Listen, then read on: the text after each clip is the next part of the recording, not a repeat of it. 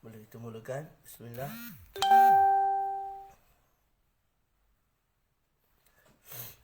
Kita mulakan insyaAllah.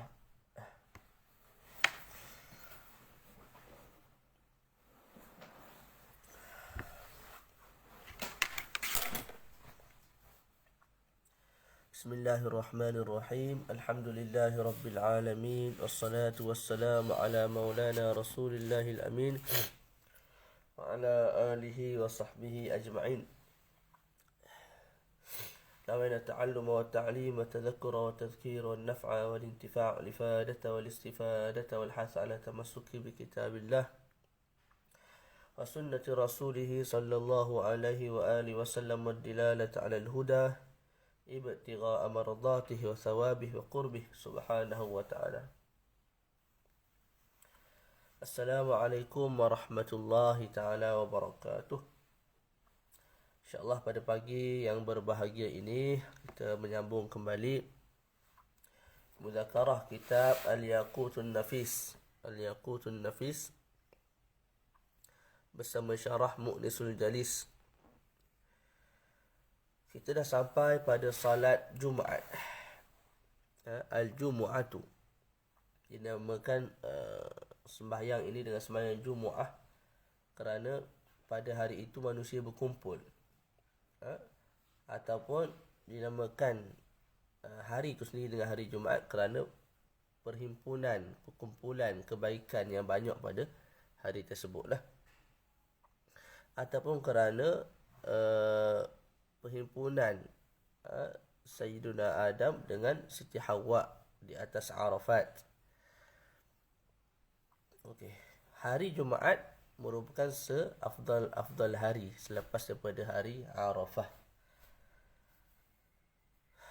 Sembahyang fardu Jumaat ini dianggap sebagai fardu ain bagi setiap mukallaf. Yang cukup syarat yang kita akan bincangkan sebentar lagi. Dalam matan Syekh sebut al-jumu'atu rak'atani tu'addayani waqta adh-dhuhri fil yaumil ma'ruf. Jumaat ialah sembahyang 2 rakaat yang didirikan pada waktu zuhur pada hari yang ma'ruf, hari yang telah diketahui, iaitu hari Jumaat lah. Hari itu Jumaat, 2 rakaat yang dikerjakan pada waktu zuhur pada hari Jumaat. Jumaat ialah fardul waqti. Sembahyang Jumaat ialah kefarduan pada waktu zuhur tersebut. Jumaat 2 rakaat itu bukan ganti kepada zuhur, tak. Bukan juga zuhur yang telah dikosarkan jadi 2. Boleh? Jadi Jumaat 2 rakaat tu memang khas untuk hari Jumaat. Pada waktu zuhur kita sembahyang 2 rakaat. 2 rakaat tu bukan ganti kepada zuhur. Mana asal ialah zuhur, kita tak buat zuhur, kita buat Jumaat, tak. Dia bukan ganti kepada zuhur, tapi dia memang solat yang mustaqil lah, yang berasingan dengan zuhur. Ia juga bukan solat yang Jumaat juga bukan zuhur yang maksurah, bukan zuhur yang direngkaskan jadi 2. Tidak, malah dia apa? Solatun mustaqillatun. Maka oleh sebab itu tidak sah zuhur orang yang wajib Jumaat. Contoh saya wajib pergi Jumaat. Jadi pada hari Jumaat saya sembahyang zuhur dulu. Saya sembahyang zuhur. Tak. Sedangkan saya wajib Jumaat. Zuhur saya sah tak? Tidak sah. Tidak sah. Sebab apa tidak sah? Sebab Jumaat ni, macam kita sebut ialah salatul mustaqillah. Solat yang berasingan yang wajib saya buat pada hari Jumaat. Dia bukan ganti kepada zuhur. Kalau kita sebut dia ganti pada zuhur, bila saya buat zuhur, maka saya buat asal. Tak? Maka bila saya buat asal, kita sebut, untuk dikatakan sah tu, lebih banyak lah. Maknanya apa? Kita ada asal, kita ada badal ganti. Jadi kalau saya buat asal, lagi sah daripada saya buat ganti. Macam saya tayamum dengan air lah. Kita ada wuduk, kita ada tayamum. Tayamum diganti kepada wuduk. Kalau saya berwuduk, sah tak? Sah. Boleh tak? Sebab saya buat asal. Jadi kat sini kalau saya buat asal zuhur, sah tak? Tak sah. Faham tak? Itu dalil kepada apa? Itu dalil kepada Zuhur ni bukanlah asal kepada Jumaat. Sebab tu bila saya sembahyang Jumaat dulu, saya sembahyang Zuhur dulu, lepas tu baru sembahyang Jumaat, kita sebut Zuhur tu tak sah. Yang sahnya Jumaat.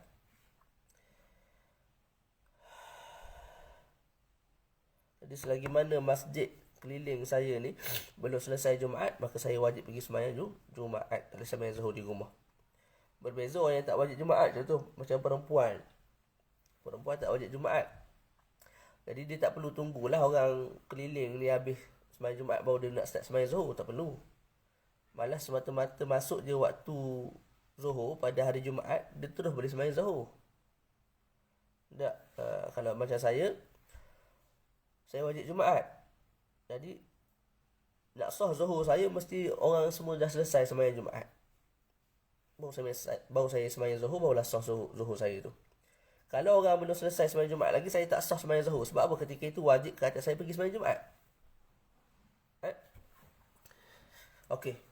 Kita berpindah kepada syurutu wujubil Jum'ah sab'atu. Syarat wajib Jumaat ada 7. Tak cukup salah satu syarat ni, maka tak wajiblah Jumaat ke atas seseorang. Okey. Jumaat ni dia sama macam solat lain lah. Pada sudut kewajipan sembahyang, lepas tu syarat sah sembahyang, rukun sembahyang, sunat sembahyang, perkara makruh dalam sembahyang, perkara yang membatalkan sembahyang, sama macam solat lain. Solat fardu yang lain sama dengan solat-solat sunat yang lain, sama je. Cuma je Jumaat ni dia ada syarat wajib yang lebih daripada syarat wajib sembahyang yang biasa. Begitu juga dia ada syarat sah yang lebih daripada syarat sah solat yang biasa. Begitu juga dia ada perkara-perkara yang sunat, perkara-perkara yang makruh, perkara-perkara yang membatalkan dia, yang khusus untuk dia sahaja, yang tidak ada pada solat-solat yang lain. Sebentar.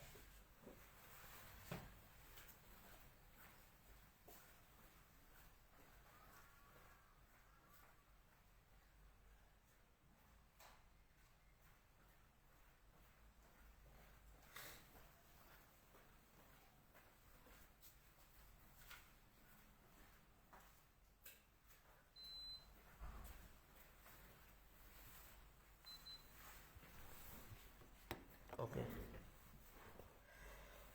Syekh sebut syurutu wujubil Jum'ah sab'atu. Syarat wajib Jumaat itu ada 7. Yang pertama al-Islamu. Walau fima madha, walaupun Islam tu pada zaman yang lampau. Jadi orang kafir tak wajib sembah yang Jumaat. Adapun orang kafir yang murtad, kafir sebab murtad, kita sebut wajib dia sembahyang Jumaat. Nak kata wajib lagu mana? Orang yang murtad wajib dia sembahyang Jumaat. Tapi kalau dia sembahyang dalam keadaan dia murtad tu, sah tak sembahyang? Tak sah Jumaat dia. Lepas tu dikira tak Jumaat dengan dia? Tidak juga. Jadi apa faedah kita wajibkan dia sembahyang Jumaat? Maka kita sebut orang kafir yang murtad ni wajib sembahyang Jumaat. Maksudnya apa? Wajib juga dia buat semua perkara yang menjadikan sembahyang Jumaat dia sah. Boleh. Jadi kamu wahai si kafir murtad wajib sembahyang Jumaat. Maksud wajib sembahyang Jumaat tu wajib kamu sahkan sembahyang Jumaat tu. Tak boleh sembahyang dengan batal, apa faedah dia? Boleh. Jadi wajib juga kamu melakukan semua perkara yang menyebabkan sembahyang Jumaat kamu tu jadi sah. Sekali kamu kafir, nak sah sembahyang Jumaat kena masuk Islam. Jadi kamu kena masuk Islam dulu. Nak sah sembahyang Jumaat kena tutup aurat, kamu kena tutup aurat. Nak sah sembahyang Jumaat kena wuduk, kamu kena wuduk, dan sebagainya. Jadi itu maksud wajib Jumaat. Syarat wajib Jumaat itu ada 7. Pertama Islam, walau fima madha, maknanya walaupun ke atas seorang murtad. Bukanlah kita cakap orang murtad tu wajib Jumaat, maka wajib disembahyang ketika mana dia sedang murtad. Tak sah sembahyang ketika tu. Boleh. Jadi wajib sembahyang ke atas seorang murtad, maksudnya apa? Wajib dia buat semua perkara yang menyebabkan Jumaat dia akan jadi sah. Antara perkara tersebut ialah wajib dia masuk Islam dulu. Lepas tu baru dia sembahyang Jumaat. Yang kedua, wal bulugh, baligh. Jadi budak yang belum baligh tak wajib Jumaat lah. Cumanya bila budak yang mumayyiz, budak lelaki yang mumayyiz dah sampai umur 7 tahun, maka wajib disuruh lah. Mak ayah wajib suruh dia sembahyang. Lepas tu kalau dah masuk 10 tahun, maka mak ayah wajib pukul anak tersebut kalau tinggal sembahyang Jumaat. Pukul yang mendidik lah, bukan pukul yang melukakan. Kenapa diwajibkan suruh ketika umur 7 tahun, malah kalau masuk umur 10 tahun pula kena pukul? Supaya dia biasa lah, supaya dia biasa dengan sembahyang sejak daripada kecil. Bila kita suruh dah, dia tak buat juga, terlepas dah lah kewajipan kita sebagai mak ayah ni.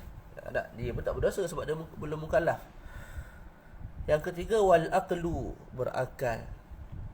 Jadi orang gila, orang yang pengsan, orang yang mabuk tak wajib sembahyang Jumaat.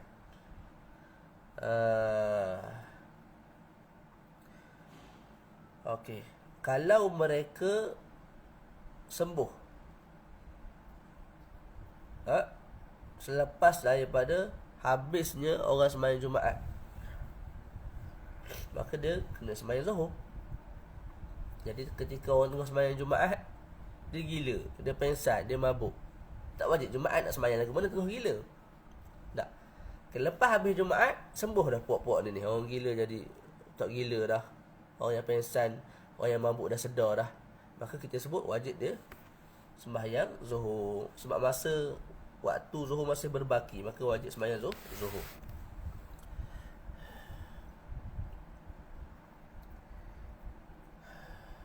Bila wajib puak ni sembahyang Zuhur? Selepas mana mereka sembuh. Kejap. Yang saya sebut tadi betul juga. Dia ada dua gambaran. Begini, sekarang ni kita ada orang gila, orang pengsan, orang mabuk. Tengah sembahyang Jumaat, puak ni tengah gila, pengsan, mabuk. Habis Jumaat sembuh, maka kena sembahyang Zuhur lah. Itu satu hal. Yang keduanya, orang gila, pengsan dan mabuk ni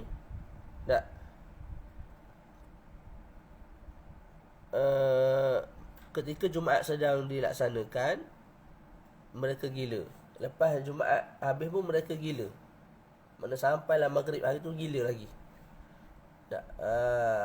Masuk hari Sabtu contoh, masuk hari Sabtu barulah sembuh daripada gila tu, daripada mabuk, daripada pengsan, baru sedar daripada pengsan. Maka adakah mereka wajib sembahyang Zuhur? Maka kita sebut macam ni. Kalau gila, pengsan dan mabuk tu dengan sengaja makan ubat gila ke ubat mabuk jadi mabuk, sengaja minum arak jadi mabuk, kita sebut wajib sembahyang Zuhur balik, qada Zuhur. Tapi kalau mabuk, pengsan dan gila tu tak sengaja, contoh pergi hospital nak buat pembedahan, jadi ditidurkan dulu lah, ubat bius. Jadi daripada awal waktu ataupun sebelum masuk waktu Zuhur sampailah keluar waktu Zuhur dalam keadaan tak sedar, dalam keadaan pengsan, kita sebut nanti dah sedar, Jumaat memang tak wajib dah. Sebab mana boleh Jumaat sembahyang seorang-seorang? Zuhur wajib tak sembahyang? Tak wajib juga. Sebab apa? Sebab dia pengsan dalam keadaan apa? Tidak sengaja. Boleh? Okey, Jumaat ni wajib tak ke atas orang yang tidur? Kita sebut tak wajib orang yang tidur sembahyang Jumaat, sebab sedang tidur nak sembahyang Jumaat lagu mana? Cumanya wajib mereka ni qada dengan Zuhur. Qada tu makna kalau bangun selepas daripada waktu Zuhur. Kalau mereka bangun sedangkan waktu Zuhur masih ada, cuma Jumaat dah habis, mereka sembahyanglah Zuhur dalam keadaan adab. Tu maksud saya. Jadi orang yang tidur kita sebut tak wajib Jumaat, cumanya wajib cover dengan Zuhur. Sama ada tidur tu muta'addin ataupun ghairu muta'addi. Apa tidur yang muta'addi? Muta'addi ni sengaja tidur, pisah tidur dan dianggap sebagai berdosa lah. Sehingga meninggalkan Jumaat tu. Tidur sehingga meninggalkan Jumaat dan tidur tu pula muta'addi, maka berdosa dia. Apa tidur yang muta'addi? Mereka yang tidur selepas masuk waktu. Orang azan Zuhur, Allahu Akbar, dia pun tidur. Dalam masa yang sama, ghalib dhan dia tak akan bangun kecuali selepas keluar waktu zuhur. Dalam masa yang sama juga, dia tu tidak dikuasai oleh tidur. Tu 3 syarat. Al-muta'addi bin naum, ialah orang yang tidur selepas masuk waktu. Dalam masa yang sama apa? Dia tidak ghalib dhan, dia tidak bersangka dengan sangka yang kuat, dia akan bangun sebelum zuhur, sebelum habis zuhur, sebelum habis Jumaat. Yang ketiga apa? Yang ketiga ialah mereka yang syaratnya mesti apa? Dia itu tidak dikuasai oleh tidur, oleh mengantuk lah. Ni contohnya saya sekarang ni, contoh hari ni hari Jumaat, tak mengantuk apa, tak. Bila azan zuhur sengaja tidur, sudah habislah Jumaat. Saya dianggap sebagai muta'addi bin naum, maka saya berdosa sebab tak solat Jumaat. Lepas tu kena cover dengan zuhur, ya, kena cover dengan zuhur lah, sama ada adat ataupun qada. Adat kalau masih berbaki waktu, qada kalau solat di luar waktu zuhur. Ghairu muta'addi pula ialah orang yang tidur sebelum masuk waktu. Maknanya pukul 12 tu tidur dah, qailulah. Qailulah pukul 12. Bila qailulah pukul 12, bangun-bangun pukul 4 petang. Maka orang ni kita sebut ghairu muta'addi bin naum. Jumaat tak wajib sebab tengah tidur. Lepas tu kena sembahyang zuhur. Berdosa tak dia tinggal Jumaat tu? Tak berdosa. Sebab apa? Dia tidur sebelum Jumaat tu diwajibkan kat atas diri dia. Kan dia tidur sebelum masuk waktu. Jadi sebelum masuk waktu, Jumaat tu belum difardukan, belum ditaklifkan kat atas diri dia. Ketika azan, maka barulah ditaklifkan. Nak ditaklifkan lagu mana? Dia tu ghairu mukallaf, sedang tidur. Tak, sebab tu kita sebut orang yang tidur sebelum masuk waktu dah bangun selepas masuk waktu, orang ni tidur yang ghairu muta'addi. Dia keluarkan sembahyang tu daripada waktunya, tak berdosa lah. Ataupun selepas masuk waktu, azan berkumandang, dia pun tidur, dan dia sangka dengan sangka yang kuat dia akan bangun. Biasanya sebelum ni aku tidur selepas zuhur, dan 10 minit aku akan bangun dan aku pergi sembahyang Jumaat. Sama berlaku ke atas diri dia begitu. Jadi hari ni dia nak buat perkara yang sama. Selepas azan dia tidur 10 minit, nak cari kekuatan untuk dengar khutbah, kena rehat sekejap. Nak rehat sebelum azan tak ada. Contohlah kita sebut lagu tu. Hari tu tidur-tidur pas kasar. Tak, kita sebut itu juga ghairu muta'addi. Wajib dia cover dengan zuhur. Tak, cuma dia meninggalkan Jumaat itu tidak berdosa. Ataupun dia tidur selepas zuhur. Ataupun golongan yang ketiga yang dianggap sebagai ghairu muta'addi, daripada orang yang dikuasai oleh mengantuk. Kan kita ada waktu kadang-kadang kita memang tak boleh nak kontrol. Saya jenis saya lah, kalau saya mengantuk dan saya pergi kelas masyayikh, saya segar sebab saya paksa diri supaya dengar. Tapi ada waktu memang kalah. Tu orang panggil apa? Sangat-sangat letih, sangat-sangat mengantuk. Memang senggup gitu dalam kelas. Saya jenis jarang tidur dalam kelas. Sangat jarang. Kalau mengantuk pun dalam kelas dia segar. Kita paksa. Tapi ada waktu-waktu tertentu memang kita letih sangat, kurang rehat dan sebagainya. Jadi dalam kelas tu belajar pula usul fiqh dan sebagainya, susah-susah ni, jadi kita pun duk mikir masalah lagu ni. Lepas tu Syekh pun tegur, oi bangun. Boleh tak? Itu kita panggil apa tu? Ghalabahun naum, dikuasai oleh tidur. Itu juga dianggap sebagai orang yang apa? Orang yang ghairul muta'addi. Walaupun dah masuk waktu. Masuk dah waktu zuhur, azan dah. Tapi kita letih sangat, memang tak daya.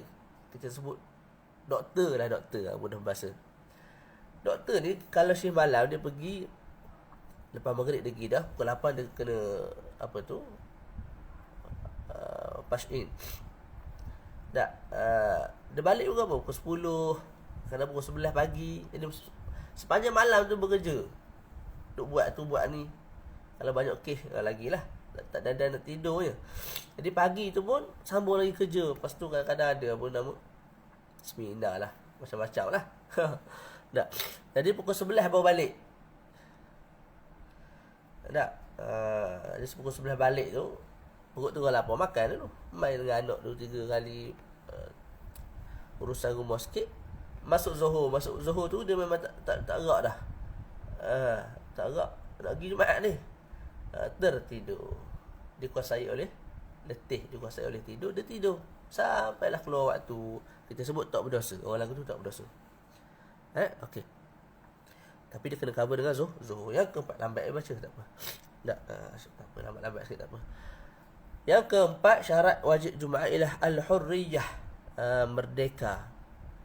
Al-hurriyah al-kamilah, kemerdekaan yang penuh. Maka orang yang ada pada dirinya kehambaan tidak wajib Jumaat. Sama ada hamba mukatab ataupun hamba mumba'ad, tak wajib Jumaat. Hamba akan datang pada akhir kitab ni. Okey. Malah kalau hamba tu dia ada muhayaah.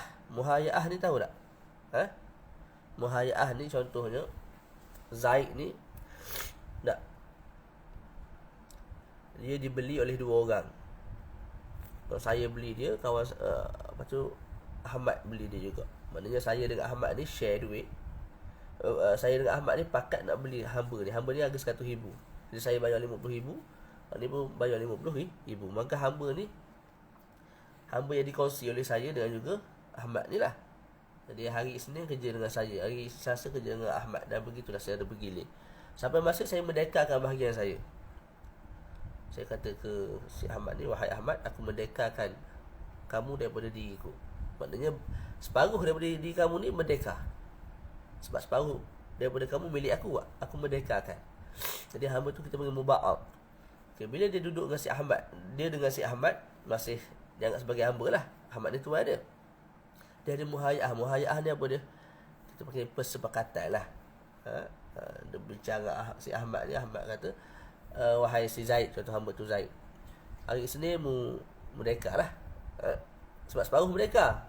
Dia hari Isnin mu merdeka, Selasa datang kerja, hari Rabu merdeka balik, Khamis datang kerja.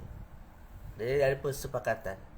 Dalam persepakatan tu kena hari Jumaat tu hari yang dia merdeka.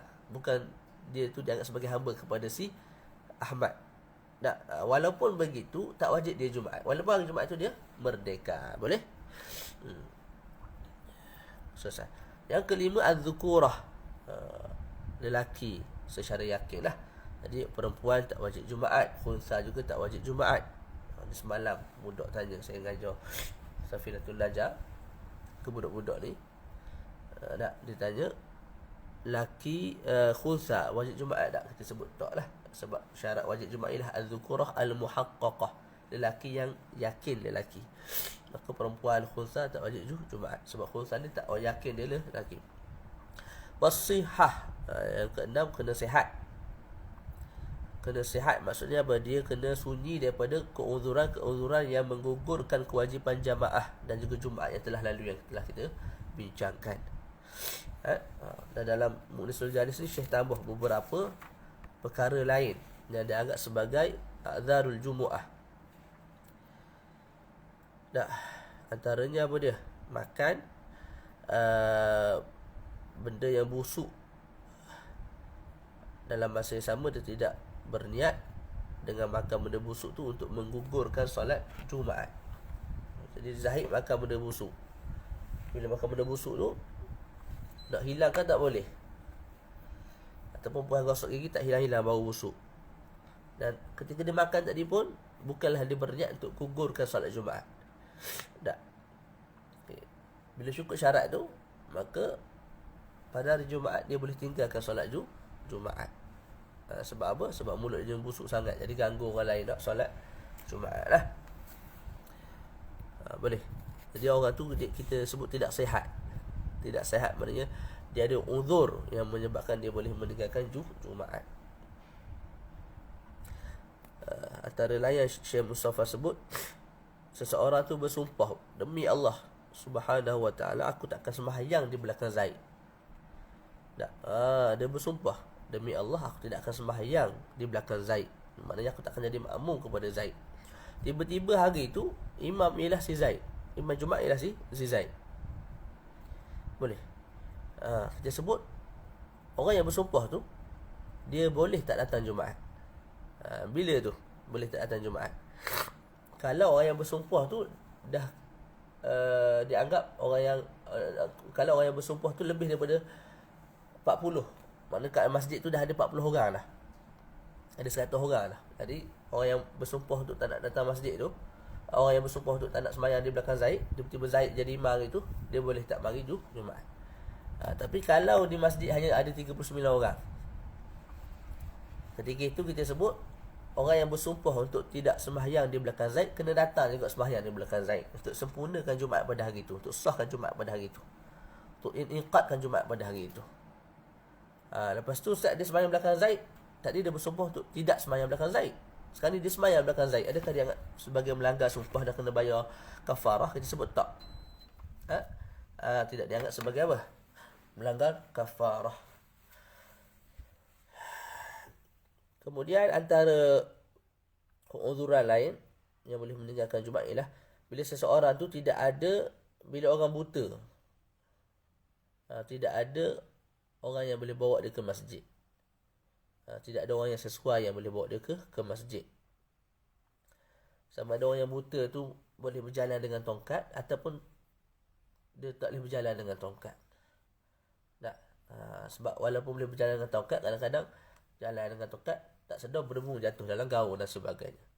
Maka kalau orang tu buta, kemudian tidak ada orang yang boleh pimpin dia ke masjid, kita sebut apa? Dia boleh tak datang Jumaat sebab dia anggap sebagai tidak sihat lah. Sebab ada uzur. Walaupun dia tu pandai gunakan tongkat, dia boleh kesan dengan baik. Tapi kesan dengan baik dengan tongkat tu tak lubang ke tak lubang, ke ada bonggol ke tak ada bonggol, ke ada tangga ke tak ada tangga, kadang-kadang terculah jugalah, tersilap juga kan. Jadi oleh sebab itu syarak izinkan dia untuk tidak pergi Jumaat. Okey, berbeza itu selesai. Kalau orang tu buta tapi rumah dekat dengan masjid, kena pergi Jumaat lah. Dia buta, di rumah dia ni masjid, jalan 2-3 langkah sampai ke masjid, kena pergi Jumaat lah. Itu pun kalau tidak menyebabkan kemudaratan pada diri dia lah. Kadang-kadang walaupun dekat, tapi mungkin jalan tak berapa nak comel dan sebagainya, mudarat juga ke dia kalau tidak ada orang yang pimpin dia ke masjid. Tidak ada masalah untuk dia tinggalkan Jumaat. Banyaklah saya sebut kat sini ni.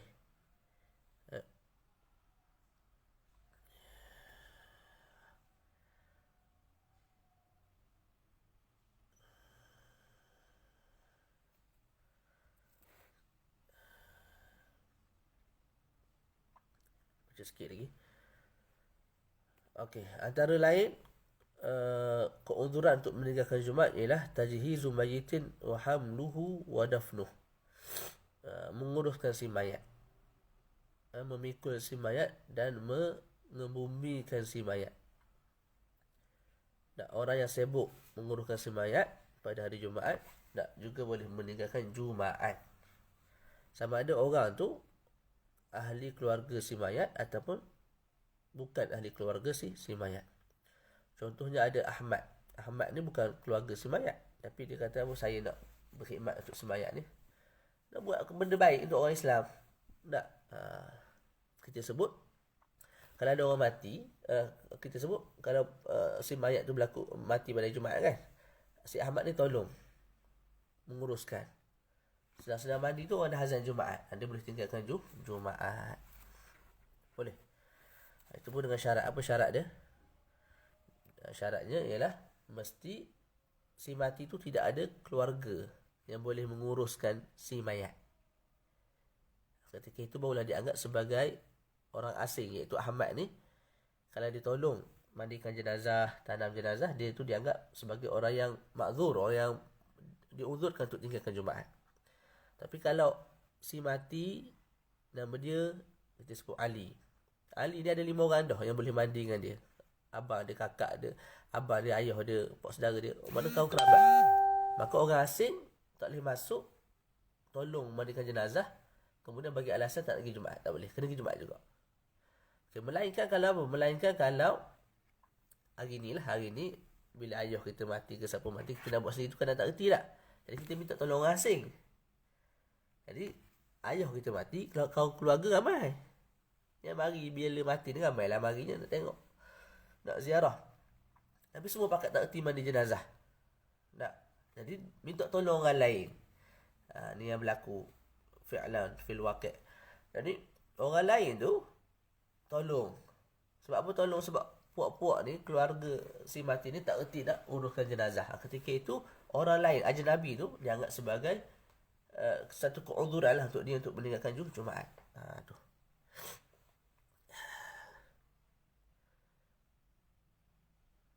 Okey. Boleh?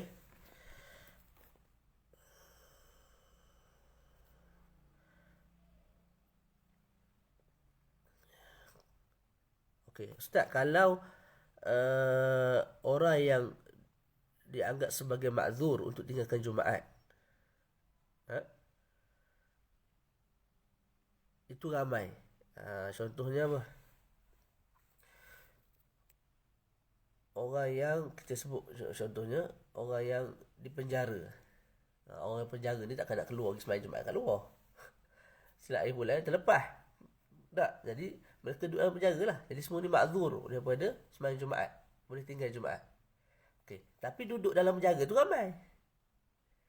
300, 400 orang, 500 orang.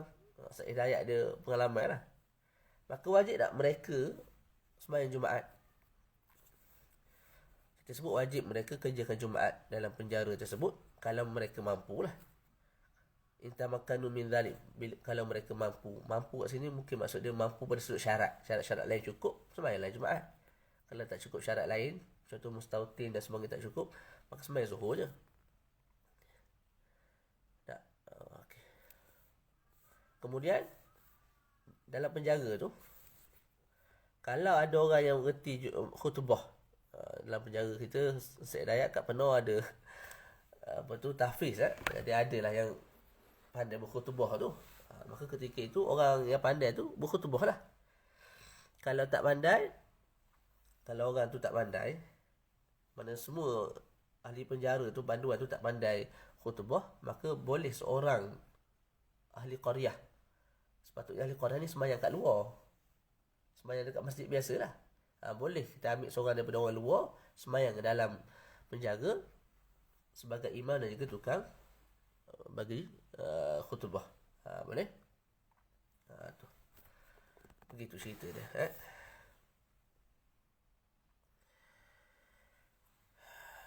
Okey. Kemudian boleh jadi ada orang tanya kita, Ustaz, orang ni tak wajib Jumaat sebab dia ada uzur untuk meninggalkan Jumaat. Tapi dia paksa juga diri dia untuk pergi sembahyang Jumaat. Contoh orang sedang sakit. Tapi orang jenis rajin ibadat ni tak. Dia paksa juga diri untuk pergi sembahyang Jumaat. Dan memang dah sampai di masjid. Boleh? Okey. Ketika itu kita sebut, bila kamu dah sampai di masjid, kamu dah tak boleh nak patuh balik ke rumah.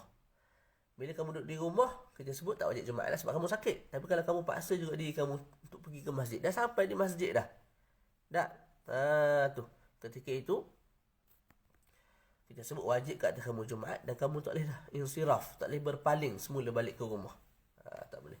Melainkan, kalau menunggu untuk sembahyang Jumaat itu menyebabkan mudarat pada diri kamu. Contoh orang yang ada apa? Syirik yang teruk, syirik birik yang sangat teruk. Jadi kalau dia tunggu juga kat masjid tu, boleh jadi kotor lah masjid tu. Sebab apa? Tak tahan untuk buang yang besar. Jadi ketika itu walaupun dah sampai di masjid, orang dah azan apa semua, dia boleh juga berpaling, iaitu balik ke rumah dia. Malah walaupun dah taharrum, Allahu Akbar, sebab tak tahan sangat ni, dia boleh cancelkan kemudian pergi ke tandas atau balik ke rumah. Okay. Selesai kat situ. Yang ketujuh, syarat yang ketujuh untuk diwajibkan Jumaat ialah al-iqamah. Al-iqamah. Bermukim lah, bermukim. Apa makna mukim? Mukim ni orang yang duduk satu tempat 4 hari dan ke atas. Itu mukim. Orang yang duduk satu tempat 4 hari dan ke atas. Okay, jadi syarat yang ketujuh nak sah Jumaat, nak wajib Jumaat ialah al-iqamah. Seseorang tu bermukim di tempat didirikan Jumaat. Contoh saya, bermukim di tempat yang didirikan Jumaat. Ni Masjid Balut ni buat Jumaat, Sungai Lempung buat Jumaat. Jadi saya berada di tempat yang didirikan Jumaat. Ataupun saya berada di tempat yang tidak didirikan Jumaat, tapi saya dengar azan daripada tempat yang didirikan Jumaat. Contoh saya duduk di padang pasir. Padang pasir ni tak ada bangunan lah, nak keliling tu. Jadi tempat tu tak wajib Jumaat. Kalau buat Jumaat juga tidak sah. Saya duduk kawasan tu, wajib tak saya sembahyang Jumaat? Pertama kita tanya, sah tak kalau saya buat Jumaat kat situ? Tak sah. Okey, wajib tak saya sembahyang Jumaat? Kita sebut wajib sembahyang Jumaat kalau bukan wajib Jumaat kat tempat tu. Kat Padang Pasir tu memang tak sah. Ni ke tempat lain, kat tempat yang kita dengar Jumaat. Wajib tak? Wajib kalau saya dengar azan daripada tempat yang didirikan jemaah dan juga Jumaat di tempat tersebut. Boleh? Jadi gambarannya apa? Saya duduk di Padang Pasir. Tak? Okey. Kat sebelah Padang Pasir tu ada penempatan.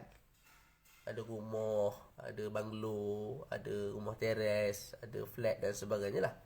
Tengah-tengah bangunan tu ada sebiji masjid. Soalannya saja ni, yang duduk di Padang Pasir ni, kalau buat Jumaat di Padang Pasir tidak sah. Wajib tak saya pergi Jumaat? Wajib kalau saya dengar azan daripada tempat ni, daripada penempatan ni. Tak? Boleh?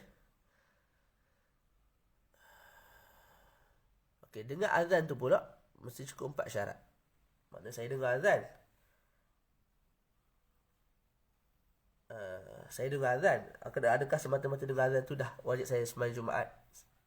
Tak, kita sebut saya dengar azan dan mesti cukup 4 syarat. Pertama apa? Ayakuna sama'un nida' min at-tarf alladhi yali mahalla iqamatihi.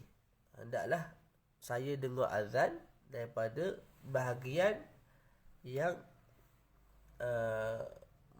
menghadap ke Allahumma salli ala Muhammad, ke tempat iqamah. Macam ni. Ya. Buat macam mana? Contoh ni bangunan tempat A lah. Kat tengah dia ada masjid. Saya duduk di Padang Pasir.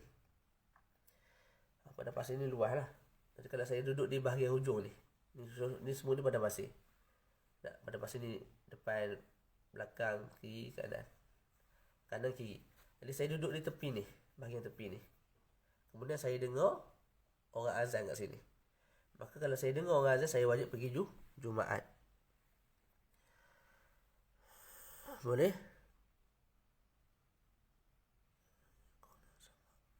Semula ayakuna sama'un nida'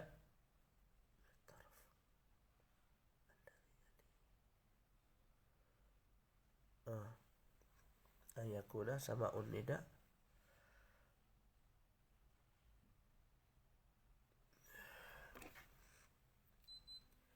min at-tarf alladhi yali mahalla iqamatihi.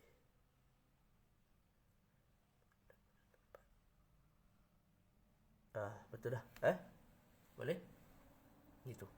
Jadi kalau saya duduk kat sini, di Padang Pasir ni, cuma saya duduk di bahagian hujung. Di tempat Jumaat, saya duduk bahagian hujung ni. Di bahagian hujung ni bukan bertentangan dengan tempat Jumaat. Ketika itu saya tak wajib pergi Jumaat lah, walaupun dengar. Sebab apa? Jauh sangat. Hujung ni dengan hujung ni jarak dah jauh dah. Tak? Maka kalau saya duduk di sini, saya dengar azan daripada sini, saya pergi Jumaat. Kalau saya dengar daripada sini, tak wajib Jumaat. Wallahu a'lam. Yang kedua, ma'tidali sam'il musghi lin nida'. Wajib saya pergi Jumaat bila pendengaran saya tu sederhana. Dengan pendengaran yang sederhana, saya dah dengar azan, maka wajib saya pergi Jumaat. Maka ketika itu kita sebut orang yang pekak. Orang yang pekak, dia tak dengar Jumaat. Dia tak dengar azan. Dia tak dengar azan tu sebab apa? Sebab dia pekak. Kalau dia tak pekak, dia dengar tak? Dia dengar. Ketika itu walaupun dia pekak, dia tak dengar, dia wajib juga pergi Jumaat. Ataupun orang tu orang yang sangat kuat dia punya pendengaran. Kalau orang biasa tak dengar azan, dia dengar, kita sebut dia tak wajib Jumaat. Sebab apa? Kita ambil iktibar dengan pendengaran yang sederhana sahaja. Dengan pendengaran yang sederhana, kamu dengar azan Jumaat di mahallal, di tempat yang didirikan Jumaat, maka kamu kena pergi. Kalau tak. Yang ketiga, tidak ada perkara yang menghalang daripada pendengaran. Contoh apa?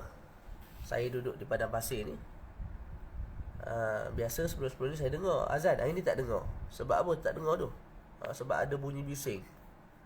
Bila bunyi bising, dia menutup bunyi azan. Saya tak dengar azan sebab bunyi bunyi azan tu dikalahkan oleh bunyi lain. Bunyi lain tu contoh bunyi angin yang kuat sangat, atau budak-budak main motor dan sebagainya, yang menyebabkan saya tak dengar azan. Okay, kalau bunyi motor tak ada, bunyi angin yang kuat tu tak ada, tak, saya dengar azan tak?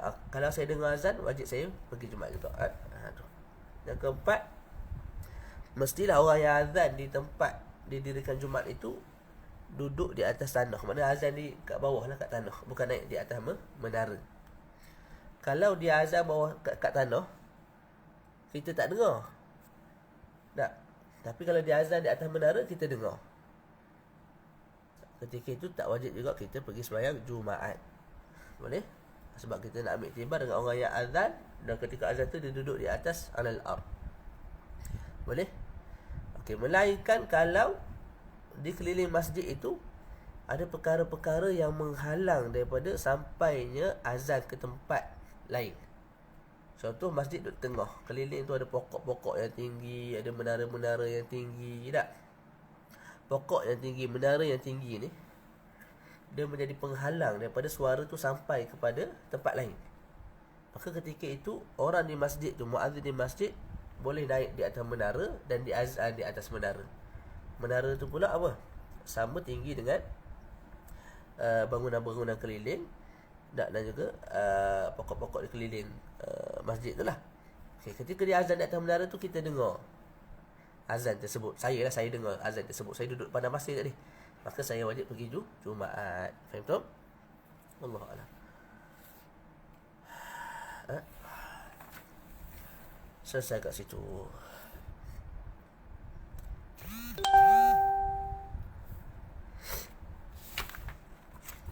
Dalam pengakhiran syarat wajib Jumaat ni, saya sebut tidak wajib Jumaat ke atas musafir,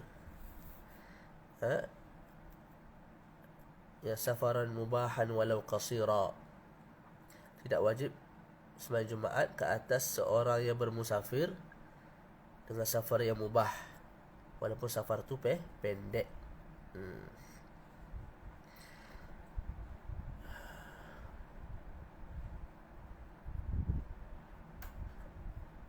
Boleh tak? Jadi orang yang musafir wajib Jumaat tak? Tak wajib Jumaat. Contoh saya pergi balik Melaka, duduk Melaka 2 hari, dan 2 hari tu ada hari Jumaat, tak wajib saya sembahyang Jumaat walaupun dengar orang azan. Sebab apa? Saya musafir. Saya musafir.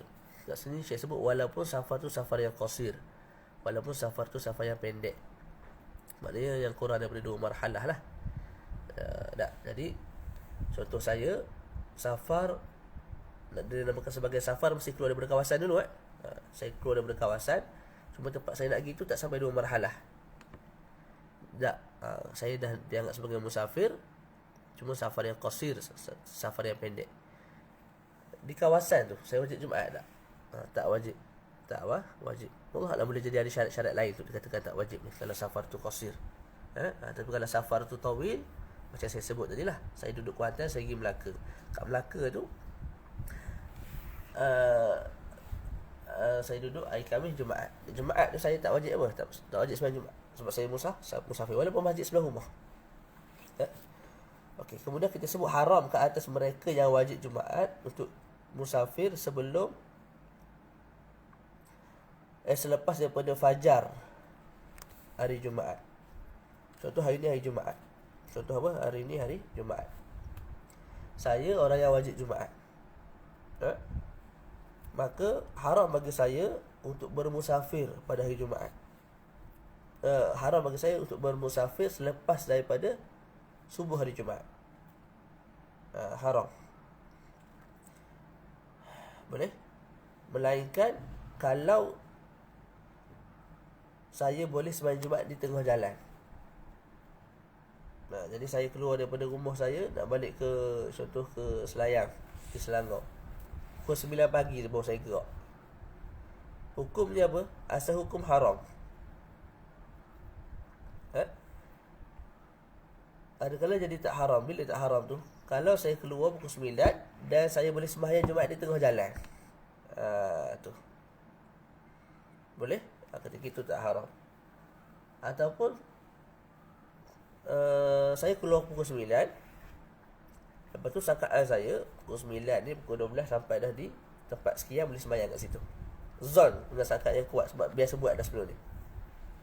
Tiba-tiba hari tu ada trafik jam ke, ada aksiden tengah jalan ke, yang menyebabkan apa? Menyebabkan saya tak boleh sembahyang Jumaat di tempat yang saya target tu. Semua boleh. Ketika itu juga kita sebut tak berdosa lah. Mana tak berdosa dan tak haram lah safar tu. Jadi kita nak safar, kita nak musafir pada hari Jumaat, boleh tak? Kita yang wajib sembahyang Jumaat, saya Dayak tak wajib sembahyang Jumaat, boleh tak saya safar pada hari Jumaat? Kita sebut boleh. Boleh, tapi dengan syarat. Pertama, kamu mesti keluar kawasan sebelum subuh. Tu. Kamu kena keluar daripada kawasan sebelum subuh. Bukan keluar daripada rumah sebelum subuh, tak, keluar daripada kawasan. Ada orang dia keluar daripada rumah sebelum subuh, tapi sebelum habis subuh, dia keluar daripada rumah dia sebelum subuh. Tak. Dah 5 minit berjalan naik kereta, azan dah. Ketika azan tu dia masih dalam kawasan. Ketika itu kita sebut dia keluar daripada kawasan. Dia itu tidak dianggap sebagai orang yang keluar daripada kawasan sebelum subuh. Jadi kawasan ni kawasan, bukan rumah. Kita ambil timbang kawasan, bukan rumah. Jadi saya nak musafir pada hari Jumaat, boleh? Boleh. Tapi dengan syarat apa? Mesti sebelum subuh. Maksudnya saya keluar daripada kawasan dalam keadaan subuh belum masuk. Ataupun selepas subuh, boleh? Tapi dengan syarat apa? Dengan syarat saya sembahyang Jumaat di tengah jalan. Ataupun saya sangka dengan sangka yang kuat, saya boleh sembahyang Jumaat di tengah jalan. Walaupun hari itu tak sembahyang Jumaat juga. Sebab apa? Sebab jam dan sebagainya. Ada aksiden tengah jalan, tak boleh gerak lah. Jadi dalam trafik saja dah sejam. Mana nak dan lagi sembahyang dekat tempat yang sok mau kita sembahyang tu. Maka ketika itu juga tidak ada masalah. Lambat saya terang ini. Tak apa, kita baca sikit lagi. Boleh faham tak? Syurutu sihatil Jum'ah, syarat-syarat sah Jumaat. Syekh sebut ada beberapa, ada 6. Ada sebelum tu Syekh Mustafa sebut orang yang dalam Jumaat ni ada 6 golongan lah. Ada 6 golongan. Pertama, orang yang wajib Jumaat. Wajib dia sembahyang Jumaat. Kalau dia sembahyang, sah Jumaat dia dan dikira Jumaat dengan dia. Maksud dikira Jumaat dengan dia ni, maksudnya apa? Dia ada gambaran, contohnya 20 orang lelaki, 20 orang perempuan sembahyang Jumaat. Cukup tak 40? Cukup 40. Tapi tak sah Jumaat. Sebab apa? Sebab 20 lelaki ni kita sebut 20 lelaki yang dikira Jumaat dengan dia. Tapi kalau 20 orang perempuan ni kita sebut Jumaat, saya faham. Tidak dikira Jumaat dengan mereka. Jadi walaupun 40 orang sembahyang tu tidak sah Jumaat. Jumaat tu tidak sah. Sebab apa? Sebab ada 20 orang yang tanaqidu bihim Jumu'ah. Ada 20 orang lagi yang apa? Yang lam tanaqid bihim al-Jumu'ah. Perempuan sembahyang Jumaat. Dia sembahyang Jumaat tu pula dalam keadaan 20-20. 20 lelaki, 20 perempuan kan?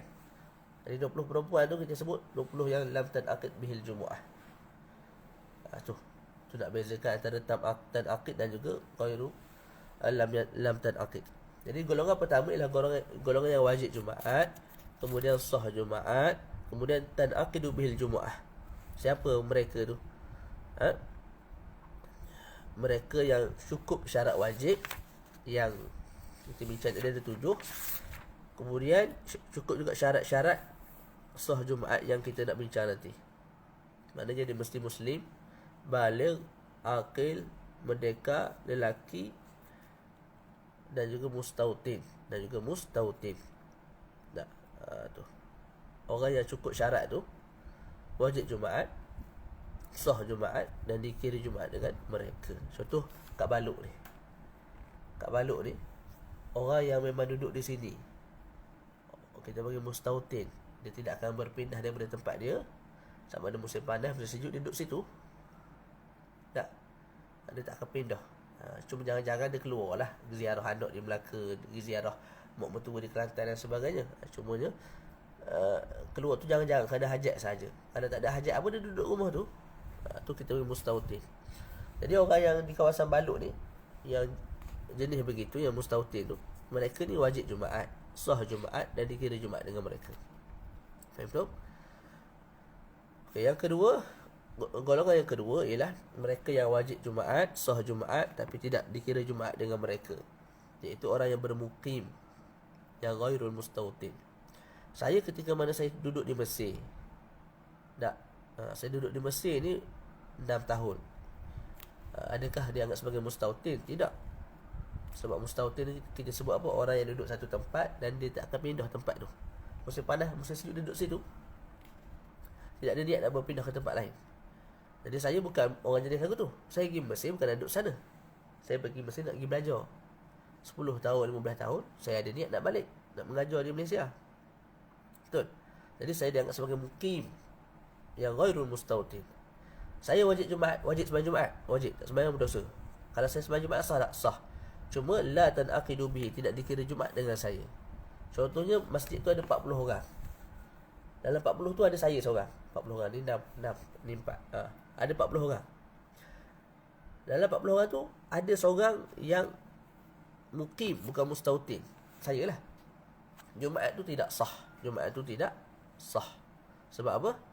Sebab saya ni ialah orang yang la yanaqidu bihi al-jumu'ah. Boleh? Begitu juga orang yang dengar azan Jumaat sedangkan dia tu bukan berada di tempat yang didirikan Jumaat. Macam gambaran tadi lah, penempatan, lepas tu sebelah ni padang pasir. Azan, orang di padang pasir dengar, dia tu wajib Jumaat, dia tu sah Jumaat, tapi la tanaqidu bihil Jumaah. Yang ketiga, orang yang wajib Jumaat, wajib Jumaat, tapi kalau sembahyang tak sah. Bila tak sah, la tanaqid jugalah. Nak kata inqad ataupun adamul inqad, mesti sah dulu. Dia sah bentak, maka ghairu munaqid. Siapa dia? Orang yang murtad. Orang yang murtad wajib dia sembahyang Jumaat. Wajib dia sembahyang Jumaat. Apa maksud wajib dia sembahyang Jumaat? Macam saya terang tadi lah, wajib dia melakukan semua perkara yang menyebabkan Jumaat dia sah. Tak sah Jumaat mesti masuk Islam, maka dia kena masuk Islam dulu baru sembahyang Jumaat. Itu maksud dia. Bukanlah maksud dia tengah-tengah kafir tu sembahyang, mana nak sahnya. Jadi golongan murtad ni wajib Jumaat, tapi kalau sembahyang dalam keadaan sedang murtad, tak sah lah. Lepas tu dikira tak? Tak lah. Bila tak sah, tidak dikira. Boleh? Faham tu? Bila tak sah je kita sebut adamul inqad. Tapi walaisal aqs. Sebab ada orang yang ghairu munaqid. Macam saya tadi, orang yang bermukim duduk di Mesir. Kita sebut la yanaqidu bi al-jumu'ah. Jumaah tidak dikira dengan saya. Tapi sembahyang saya sah tak? Sembahyang saya sah, Jumaat saya sah.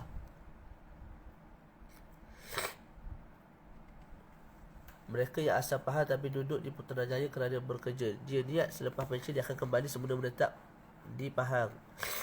Duduk dikira orang bermukim. Yang saya faham gitulah.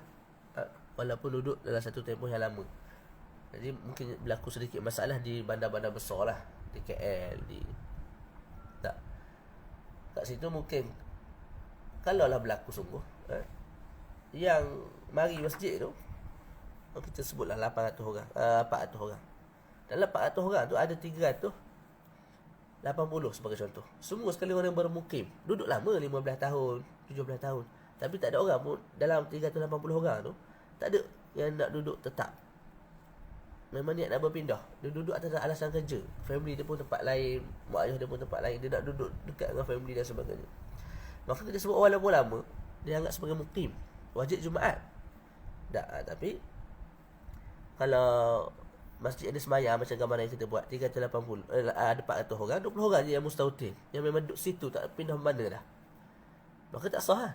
Ikut mazhab Syafi'i memang tak sah. Jadi kena keluar ikut jalan lain lah, taklid mazhab lain dan sebagainya. Tapi ikut mazhab Syafi'i memang tak sah. Sembahyang di sekolah-sekolah pun kadang tak sah. Nanti kita masuk syarat tu kita bincang lah. Allah alam.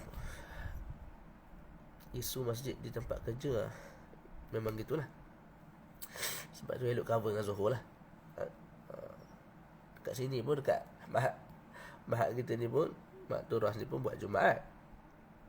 Tapi bila tengok balik, syarat tak cukup Sebab yang mustautin, yang bermustautin tu tak cukup 40.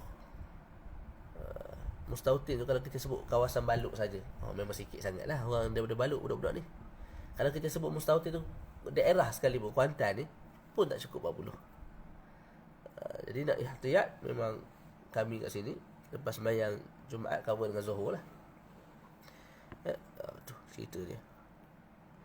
Syekh Yusri sebut bila kita mazhab Syafi'i hari Jumaat tak cukup syarat apa semua, kita sembahyang Jumaat, lepas tu kita cover dengan Zuhur. Untung ke kita, dia kata. Sebab apa? Kita buat 6 fardu pada hari tu. Orang lain buat 5, kita buat 6. Jadi 5 dengan 6, dia 6 banyak lagi lah. Lepas tu buat pula fardu. Pahala fardu, 6 fardu kita sembahyang ke Jumaat. Tu orang yang jadi raja ibadat. Dia fikir banyak pahala, kita fikir letih. Padahal 3-4 minit je sembahyang Zuhur. Dah lain pun cara berfikir Zuhur 4 minit je. Tapi itulah. Okay, terus yang keempat, orang yang wajib Jumaat tapi tidak sah Jumaat, dan juga tidak orang yang tidak wajib Jumaat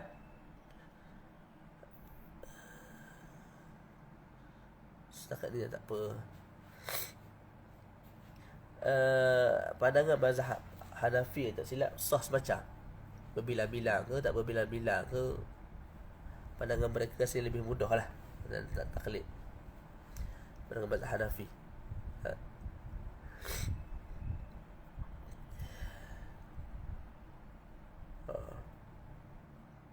Tapi ala kulli hal, kita sebagai yang mengaji ni sedaya upaya guna jalan ihtiyat lah. Guna jalan ihtiyat. Syekh Mustafa pun cerita dia duduk di Mesir, memang sembahyang Jumaat memang dia cover dengan Zuhur, sampai orang anggap dia tu Syiah. Orang kampung biasalah tengok pelik sikit. Wah, ada kawan ni lepas sembahyang 2 sembahyang 4 pula dah. Tak, ada orang kata dia sesat lah apa bagai. Orang kampung je dia tak mengaji langsung, orang Mesir biasalah. Tak, tu. Tapi itulah mazhab Syafi'i. Bab Jumaat ni sangat-sangat ketat syarat dia untuk sah. Tu dah baca. Yang keempat, orang yang tak wajib Jumaat, tak sah Jumaat, dan tidak dikira pula Jumaat. Taklid lah. Taklid pandangan lain, iaitu orang kafir asli. Orang kafir asli, begitu juga budak kecil yang belum memayis, orang gila, orang yang pengsan, puak-puak ni, orang yang mabuk, yang mana pengsan dan mabuk dan gila tu tidak sengaja lah kan. Kita sebut tak wajib Jumaat, kalau sembahyang Jumaat pun tak sah. Bila tak sah, automatik la tanaqidu bih. Yang kelima, golongan yang tak wajib Jumaat tapi kalau sembahyang sah, dalam masa yang sama tidak dikira Jumaat dengan mereka. Ada budak kecil yang mumayyiz. Contoh anak saya saat Ramadan tu umur dah 18, contohnya 8 tahun. Wajib Jumaat belum, tak balik lagi. Bila lepas tu tanaqidu bil Jumaah, tidak. Sebab tanaqidu bil Jumaah ni tak dilah, mesti apa? Mesti dah balik. Dia belum balik.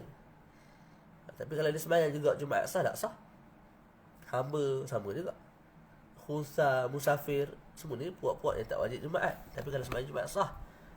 Sah semua, walaupun sah tapi la tanaqidu bil Jumaah. Yang keenam, tidak wajib Jumaat tapi sah dan tanaqid. Dia orang yang sakit. Contoh, ada orang yang mustautin di Baluk, dia sakit. Bila dia sakit, dia tak wajib Jumaat. Tapi kalau dia pergi juga Jumaat, sah tak Jumaat? Sah. Tanaqid bil Jumaah dah. Tanaqid bil Jumaah. Pada Jumaat tu terkira dengan dia. Contoh, ada 40 orang je hari tu, termasuklah dia. Sembahyang Jumaat sah. Sebab apa? Sebab walaupun dia tak wajib Jumaat, sebab dia sakit, tapi disebabkan dia tu mustautin, maka kita sebut tanaqidu bil Jumaah. Dia mustautin, lepas tu muslim, balik, aqil, hur, zakar, maka kita sebut tanaqidu bil Jumaah. Itu dalam golongan lah. Dalam golongan. Kita baca sikit lagi. Okey, dalam matan sebut syurutu sihhatil Jumaah sittatun. Syarat sah Jumaat tu ada 6. Yang pertama, kaunuha. Syekh Mustafa pecah ni. Tak apa baca. Kaunuha kulluha fi waqti adh-dhuhri. Hendaklah Jumaat itu didirikan semuanya tu maksudnya 2 rakaat solat Jumaat dan juga 2 khutbah Jumaat didirikan dalam waktu zuhur.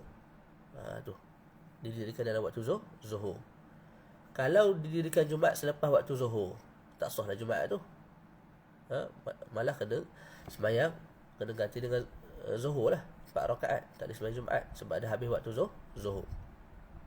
Jadi mesti Jumaat dan juga dua khutbah tu dikerjakan dalam waktu zuhur. Kita yakin waktu zuhur masih ada, kita pun khutbah, kita pun buat sembahyang Jumaat, sah Jumaat. Ataupun kita zon waktu masih ada, waktu zuhur masih ada, zon kita tu pula berpunca daripada apa? Khabaru adlin. Ada orang yang adil beritahu kita tak, waktu zuhur masih ada. Ataupun orang yang fasik beritahu kita, cuma bila dia beritahu kita, kita percaya kat dia. Sebab kita tahu dah kawan aku ni, contoh nama dia Zaid, dia fasik-fasik lah, curi apa bagai semua tu, tapi bab agama dia tak kelentong lah. Jadi dia beritahu kita waktu masih ada, zuhur masih ada ni. Tak, contoh lah, dia pula jenis orang yang reti bab waktu sembahyang dan sebagainya. Jadi kita pun percaya. Tak. Jadi kita sangka dengan sangka yang kuat, waktu zuhur masih wujud, masih ada. Sangkaan kuat itu berpunca daripada khabar adil ataupun khabar yang fasik, yang waqa'a fi qalbi sidquh. Boleh? Jadi bila kita dah yakin waktu masih ada ataupun zan waktu masih ada, kita sembahyang, kita khutbah dan kita Jumaat, maka sah khutbah dan Jumaat kita. Okey. Dan ketahuilah olehmu, sesungguhnya keluar waktu, ada beberapa gambaran 12. Tak apa kita sebut gini. Dalam masalah syarat yang pertama ni, Syekh Mustafa sebut ada 12 gambaran. Ada 12 gambaran. Sebab ada kala kita yakin waktu dah keluar ataupun waktu tu sempit. Kadang-kadang kita yakin waktu keluar, waktu sempit tu pula kadang-kadang sebelum ihram, sebelum akad takbir, kadang-kadang ketika sedang sembahyang, ada kala selepas sembahyang dan sebagainya. Mana kalau tengok balik ada 12. Kita masuk terus perbincangan satu persatu sampai 12. Yang pertama apa dia?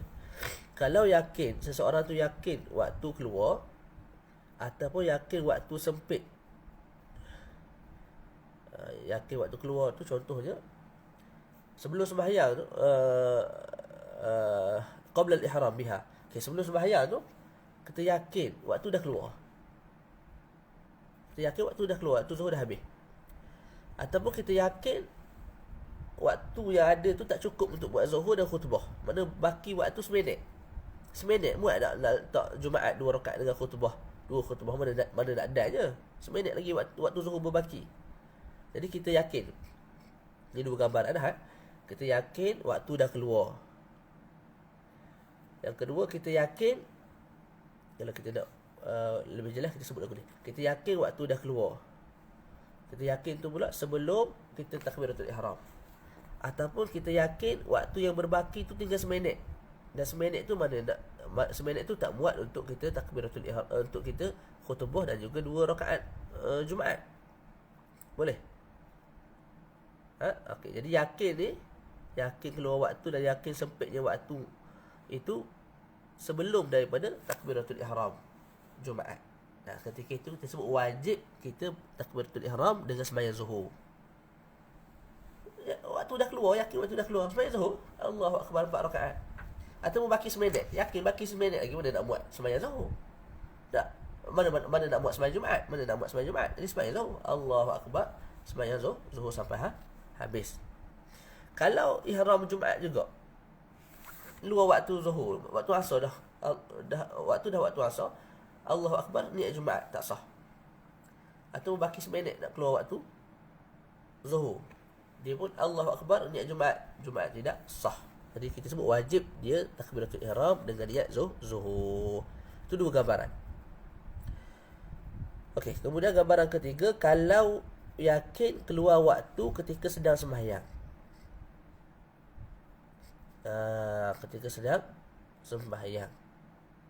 tengah sembahyang Jumaat ni. Tak? Tengah-tengah sembahyang Jumaat, Allahu Akbar, Allahu Akbar. Orang sembahyang apa? Sembahyang asar. Orang azan asar. Ketika itu kita nak buat lagu mana? Yakin keluar waktu Zuhur ketika mana sedang kita sembahyang Jumaat.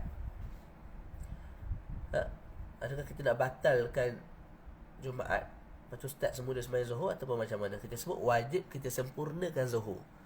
Maknanya tadi kita rakaat kedua kan? Tengah rakaat kedua orang azan asar, habis waktu Zuhur. Nak buat lagu mana? Kita bangun pula selepas 2 rakaat tu, 2 rakaat yang lain.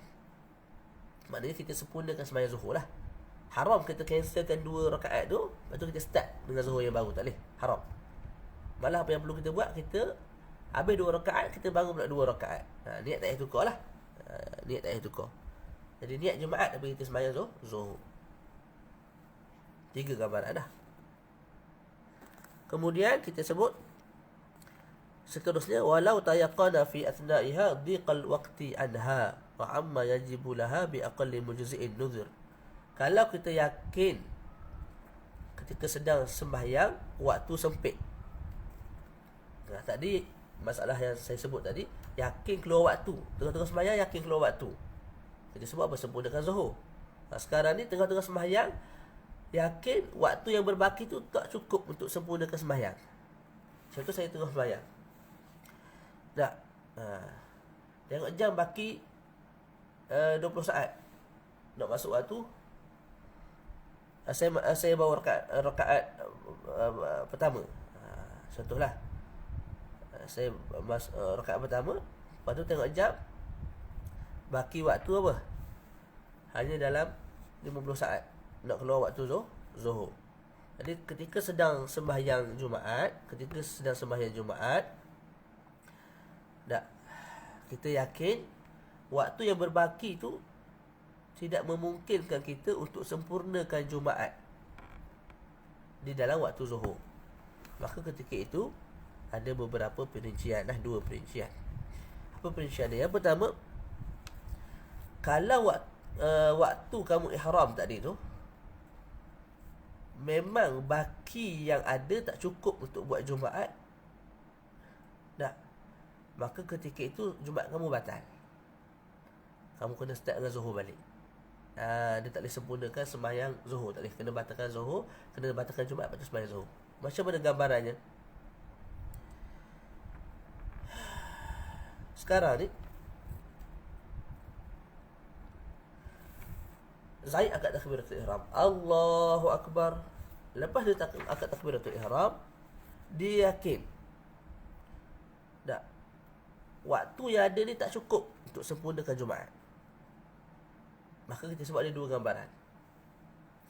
Kamu ihram tadi, ketika kamu ihram tadi tu, tak, baki yang ada tu muat dah untuk letak Jumaat, muat dah untuk sembahyang 2 rakaat yang paling ringan.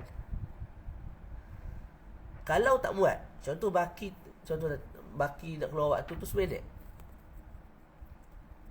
tak, maka kita sebut ketika itu 9 minit mana nak muat 2 rakaat, tak, maka ketika itu kita sebut apa? Macam tadi lah. Sepatutnya bila dah tahu baki 9 minit, dia tak boleh dah nak sembahyang Jumaat, dia kena sembahyang Zuhur, tapi dia sembahyang juga Jumaat. Tak, tengah sembahyang barulah yakin waktu tu tak muat untuk letak Jumaat. Kita sebut batalkan Jumaat, kemudian sembahyang Zuhur. Tak boleh kamu sempurnakan sahaja Zuhur tu, kamu tak boleh sempurnakan sahaja Jumaat jadi Zuhur, tak boleh. Malah kamu kena batalkan Jumaat dan kena sembahyang semula Zuhur. Itu yang pertama. Yang kedua, kalau dia sembahyang, kalau dia takbiratul ihram, sedangkan baki waktu Zuhur tu masih ada dalam 10 minit contoh. Allahu Akbar. Baki nak habis waktu Zuhur ada 10 minit lagi. 10 minit muat tak 2 rakaat. Muat sangat lah. Apa tak muat je, muat sangat. Dah. Tapi Tok Imam baca panjang, Bismillahirrahmanirrahim, baca panjang. Akhir sekali sampai dah akhir waktu. Bila akhir waktu tu datang keyakinan dalam hati, waktu yang berbaki ni tinggal 30 saat. 30 saat ni tak muat dah nak letak satu rakaat ni. Contohlah imam tu baru habis satu rakaat. Bila nak masuk rakaat kedua, baki tinggal 30 saat. Tak sempat dah 30 saat nak buat satu rakaat. Tak. Ketika itu lagu mana? Kita sebut sembahyang tak batal. Yang dia perlu buat apa? Kalau orang azan asar, kamu tak perlu batalkan sembahyang, malah kamu kena sempurnakan menjadi zuhur. Boleh? Tu. Jadi orang tu sembahyang, tengah-tengah sembahyang, yakin waktu yang berbaki tak muat untuk sempurnakan Jumaat.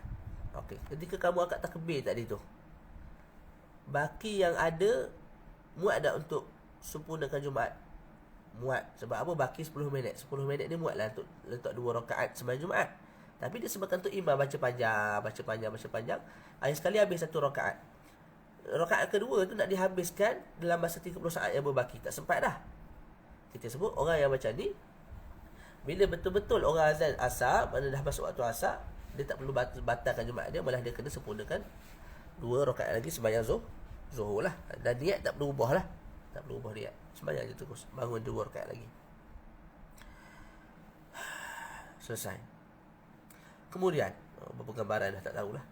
Kemudian, gambaran seterusnya kalau syak. Kalau seseorang tu syak sebelum keluar waktu, jajak. Wa idza syakka fi khurujil waqti aw dhiqihi qabla talabus biha.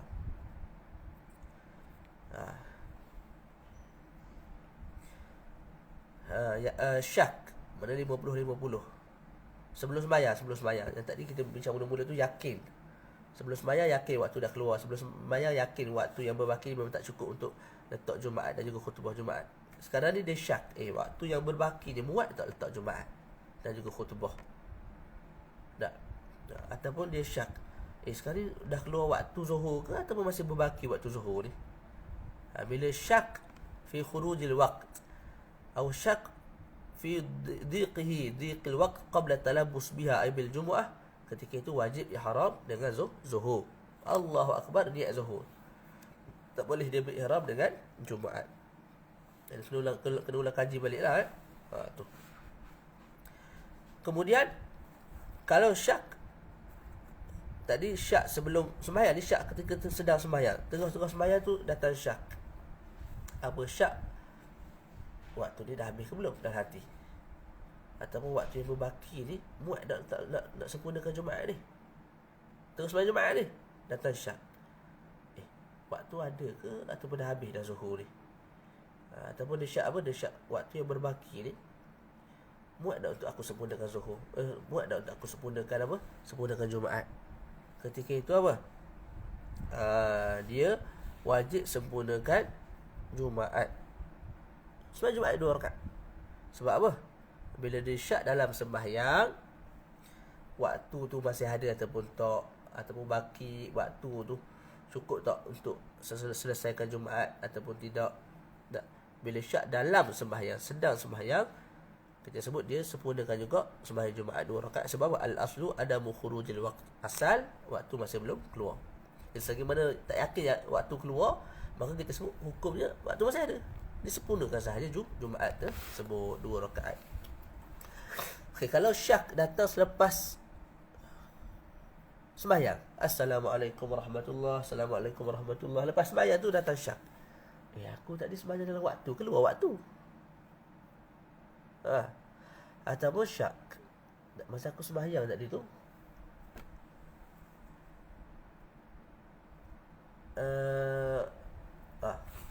syak pada dhiqihi ba'da salah. Lepas sembahyang tu baru rasa syak, sembahyang aku tadi tu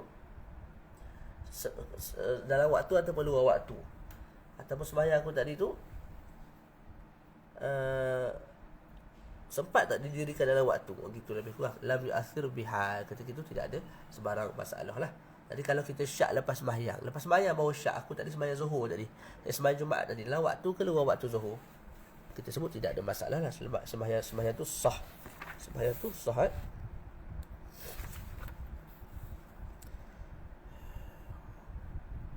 Nak baca lagi tak? Dia start 7.30. 8.30.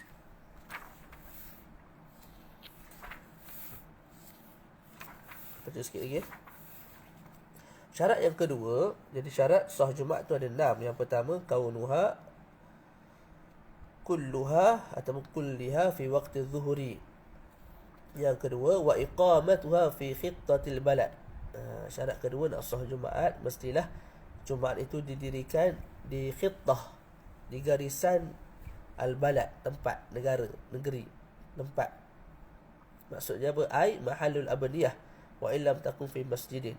Maksud Jumaat itu didirikan fi khittatil balad, maknanya Jumaat itu didirikan di tengah-tengah binaan-binaan.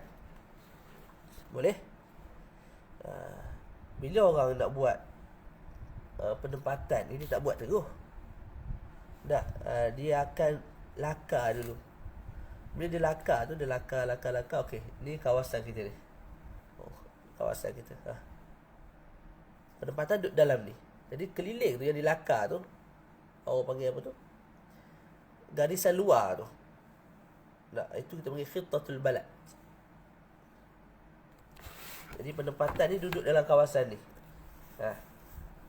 Jangan keluar daripada kawasan kitab ni, contoh kawasan ni lah. Jadi yang keliling ni kita panggil khittatul balad.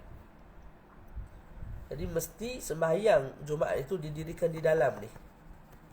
Tak boleh didirikan di luar. Tak boleh didirikan di luar. Boleh? Faham betul? Itu satu kefahaman. Ataupun kita sebut maksud iqamatuha fi khittatil balad ni ialah kita sembahyang di tempat yang tidak boleh kita sembahyang jamak qasar di dalamnya. Tu. Boleh? Kita mesti sembahyang Jumaat di satu tempat yang tidak boleh kita jamak qasar di dalamnya. Contoh ni kawasan saya. Kita sebutlah ni sur, keliling ni sur. Ni kita sebut jengka 18. Jengka 18. Keliling ni ada sur. Sur ni apa? Pagar lah, pagar yang menandakan ini jengka 18. Lepas tu jengka 20 ada pagar dia sendiri, sur. Kita sebut dalam bab solat jamak qasar. Bila saya duduk dalam jengka 18 kan, saya tak boleh sembahyang jamak qasar dalam ni. Betul? Bila saya boleh jamak qasar? Bila saya keluar daripada sur. Boleh? Okey. Jumaat kita mesti buat dalam sur. Dalam ni. Kita tak boleh buat di luar sur. Jadi kalau dalam masjid dalam sur ni kan, kita buat ada masjid dalam sur, lepas tu ada Jumaat lah, sembahyang Jumaat. Saf tu panjang. Okey. Sampailah saf tu keluar daripada sur, maka kita sebut jemaah yang masih berada dalam sur, Jumaat dia sah. Jemaah yang berada di luar sur, Jumaat dia tidak sah. Sebab apa? Mereka buat Jumaat di luar daripada kawasan, di luar daripada khittati abniyatil mujammi'in, khittatil balad.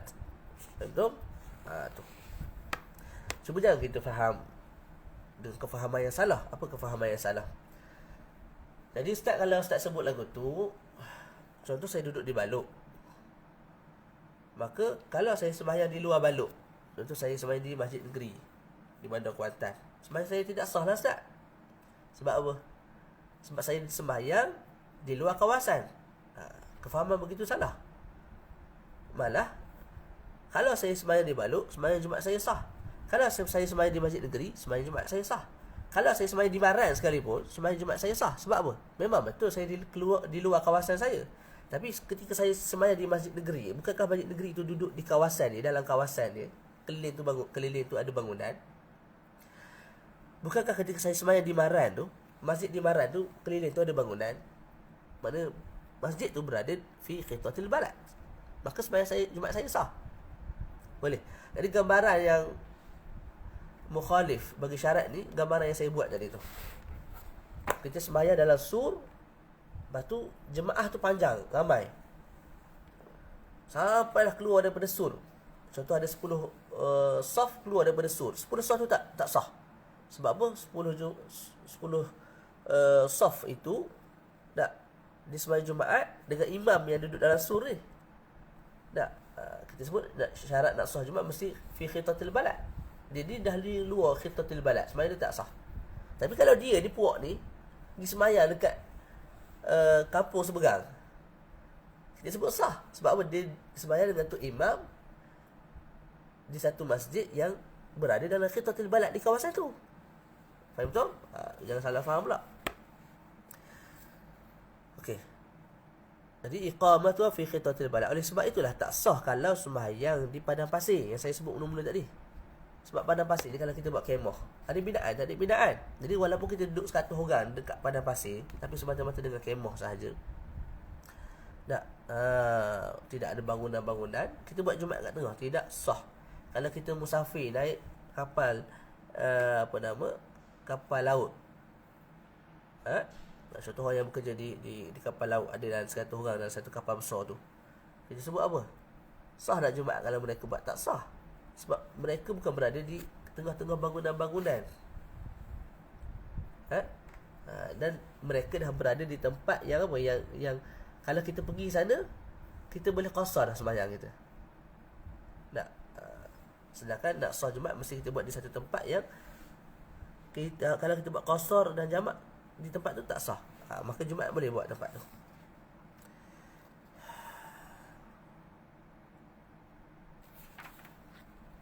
Boleh? Kita habiskan syarat ni.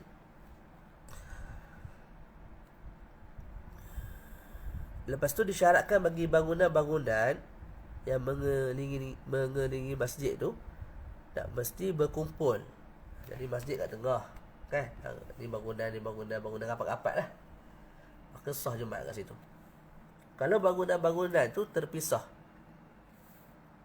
berkumpul tu maknanya apa? Berkumpul tu maknanya antara satu bangunan dengan bangunan, satu rumah dengan rumah, satu kedai dengan kedai tu 300 hasta dan ke bawah jarak dia. Kalau lebih daripada tu, contoh ni satu bangunan, bangunan kedua pula selepas 500 hasta daripada bangunan pertama, bangunan ketiga selepas 500 hasta daripada bangunan kedua. Tu jarak antara bangunan dengan bangunan. Tengah tu ada masjid.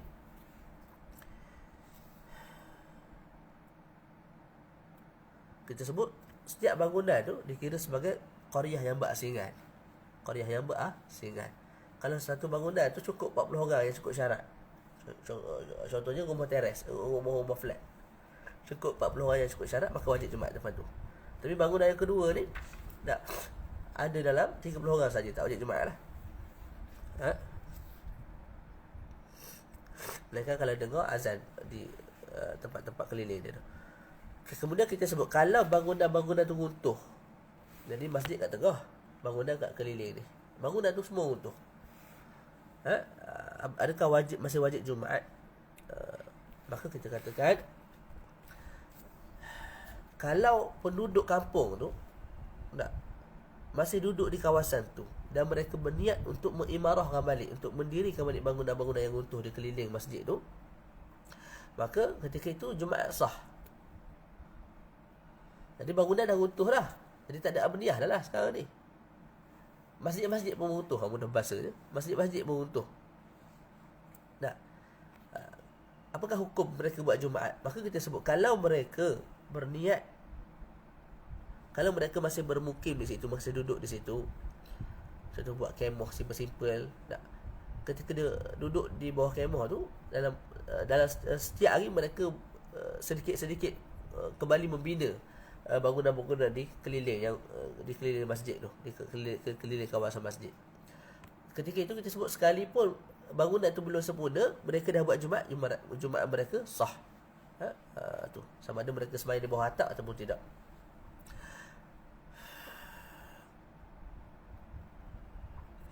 Okey, gambaran kedua, kalau mereka bila bangunan dah runtuh, mereka tak bermukim kat situlah, mereka cari tempat lain.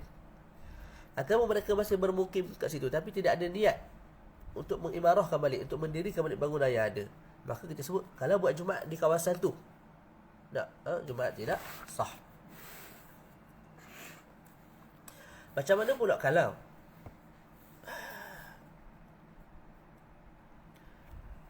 tadi bermukim kan, orang kampung tu masih bermukim kat situ walaupun dah runtuh. Semuanya gambaran pertama berniat untuk imarahkan balik, ketika itu Jumaat sah.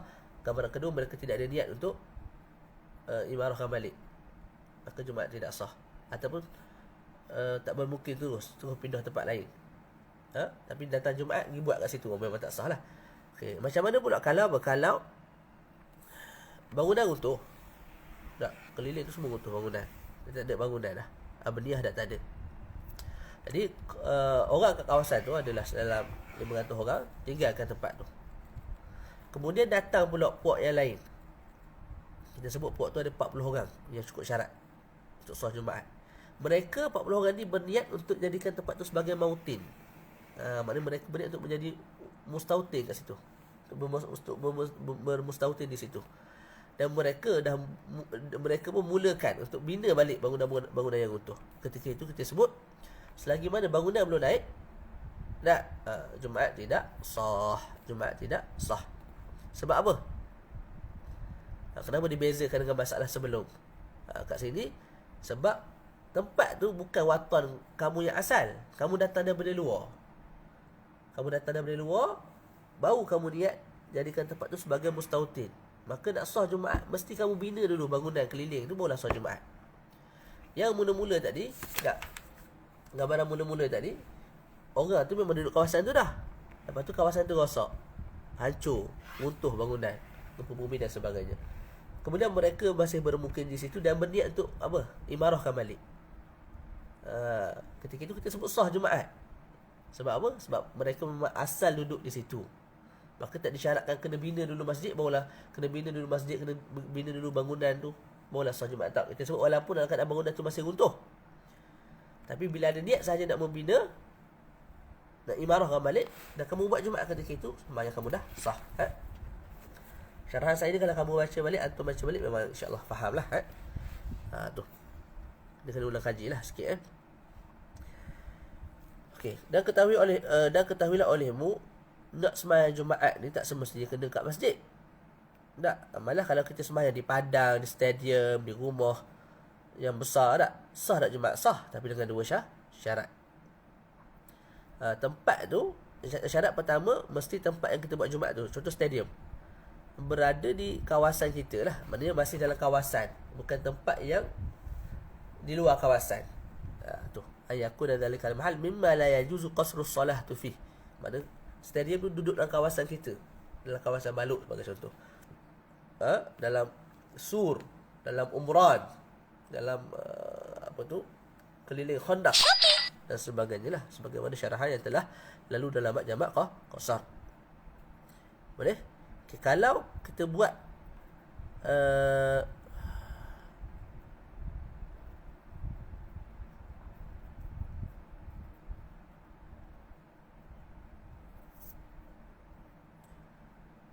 kalau kita buat Jumaat di dalam stadium, tak, sebagai contoh, stadium tu dalam Sur, kemudian orang sembahyang, soft tu banyak sampailah ada sebahagian soft di luar Sur, maka orang yang sembahyang di luar Sur tu tidak sah. Sebab apa? Dah di luar Sur. Cuma masalah yang saya sebut mula-mula tu, kan, itu masalah yang berkaitan dengan masjid. Itu Allah Alam tu, tepat dan pun tak tepat. Tadi saya sebut apa? Masjid bukan stadium, masjid sungguh. Orang sembahyang sampai ada sebahagian sah di luar Sur, saya sebut tak sah kan? Allah Alam. Itu saya tarik balik, Allah Alam, kita tengok balik. Tapi yang ni confirm lah. Kalau tempat tu bukan masjid, jadi sah panjang sampai ada yang di luar Sur, maka orang yang sembahyang di luar Sur tu tak sah. Yang sembahyang dalam Sur sah. Sebab tu apa? Stadium bukan masjid. Kalau masjid, Allah Alam, boleh jadi hukum dia berlainan sikit, boleh jadi sah juga walaupun di luar Sur. Itu kena tengok balik. Syarat yang kedua, kalau kita sembahyang di satu tempat yang bukan masjid, hendaklah tidak ada ihtisham. Ihtisham ni apa? Orang yang hebat-hebat, orang yang ada nama, ataupun budak kecil, semua golongan lah, maknanya mudah bahasanya, semua golongan tidak rasa malu nak masuk ke tempat kita. Jadi kita contoh buat di satu tempat tu bukan masjid, tapi orang lain, orang yang ternama, malu nak pergi kat tempat tu. Contoh tempat tu kotor ke, tak apa nak bersih, dia tak jaga standard orang yang besar ni. tak jaga apa tu, martabat lah orang-orang yang besar ni. Jadi mereka nak masuk sembahyang kat tempat tu rasa malu, rasa tak berapa nak senang. Ketika itu Jumaat kat tempat tu tak sah. Jadi dua syarat nak sah Jumaat, syarat tambahan lah kalau kita buat di tempat selain daripada masjid, di rumah, di stadium dan sebagainya. Yang pertama apa? Yang pertama mesti tempat tu berada dalam sur. Yang kedua, mesti orang luar nak masuk dia tidak ada rasa malu, rasa segan. Kalau ada rasa segan, contoh MB sembahyang kat tempat kita dalam keadaan surau biasa, lepas tu air semua tak ada, lepas tu terkenal dengan bau busuk sebab tepi-tepi tu hutan, ada longkang yang bersumbat dan sebagainya. Dan sebab-sebab lain lah yang menyebabkan orang-orang yang kabirul qaum, orang yang besar ni rasa segan nak masuk, ketika itu tak sah sembahyang Jumaat ni di situ. Wallahu a'lam bissawab. InsyaAllah nanti kita sambung syarat yang ketiga, keempat. Kemudian kita habiskan terus lah Jumaat ni. Cuma kita tak baca lah beberapa masalah yang panjang lebar tu, tak baca. Sekali baca ni kita selesaikan bab Jumaat, sekali dengan sunat-sunat Jumaat dan sebagainya. Kemudian terus kita masuk perbahasan mengenai jenazah. Benda yang tidak ada dalam matan tu kita tak baca lah. Itu boleh baca sendiri. Istikhlafus salah, lepas tu solat, hukum qada sembahyang, lepas tu sembahyang syiddatul khauf dan sebagainya. Itu boleh baca sendiri. Kita terus lepas satu kelas lagi kita terus masuk pada pembahasan ma yajibu lil mayyit, ma yajibu lil mayyit insya-Allah taala. Boleh? Jadi cukup sekadar tu. Kita tutup majlis kita dengan tasbih kafarah dan surah al-asr. Subhanakallahumma wa bihamdika asyhadu an la ilaha illa anta astaghfiruka wa atubu ilaik. Bismillahirrahmanirrahim. Al-asr innal insana lafi khusr illa alladhina amanu wa amilus solihat wa tawasaw bil haqqi wa tawasaw bis sabr. Assalamualaikum warahmatullahi wabarakatuh.